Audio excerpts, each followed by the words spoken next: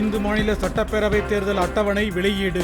தமிழகத்தில் ஏப்ரல் 23ஆம் தேதி வாக்குப்பதிவு, மே 4ஆம் தேதி வாக்கு எண்ணிக்கை. கேரளா, புதுச்சேரி மற்றும் அஸ்ஸாமில் ஏப்ரல் 9ஆம் தேதி வாக்குப்பதிவு.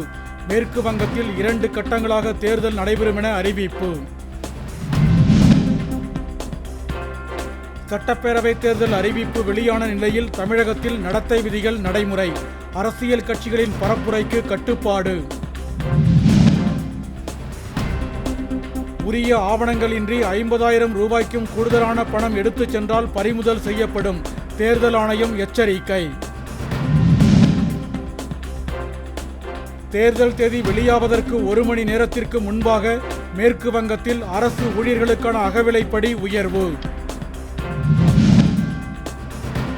சட்டப்பேரவை தேர்தலையொட்டி பரப்புரை, விளம்பரம் உள்ளிட்டவற்றுக்கான குழுக்களை அமைத்தது அதிமுக. ஆட்சிமன்ற குழுவும் மாற்றி அமைப்பு. ஈரோடு அருகே சட்டவிரோதமாக தங்கியிருந்த ஆப்பிரிக்க நாடுகளைச் சேர்ந்த 5 பேரை பிடித்து சிறப்பு முகாமுக்கு அனுப்பியது காவல்துறை. நெல்லை சந்திப்பு பேருந்து நிலையத்தில் குடும்ப தகராறு காரணமாக மனைவியை கணவன் வெட்டி கொலை செய்ததால் பரபரப்பு. எதிரி நாடுகளின் சரக்கு கப்பல்களுக்கு மட்டுமே ஹார்முஸ் நீரிணை திறந்துவிடப்படாது என ஈரான் அரசு திட்டவட்ட அறிவிப்பு.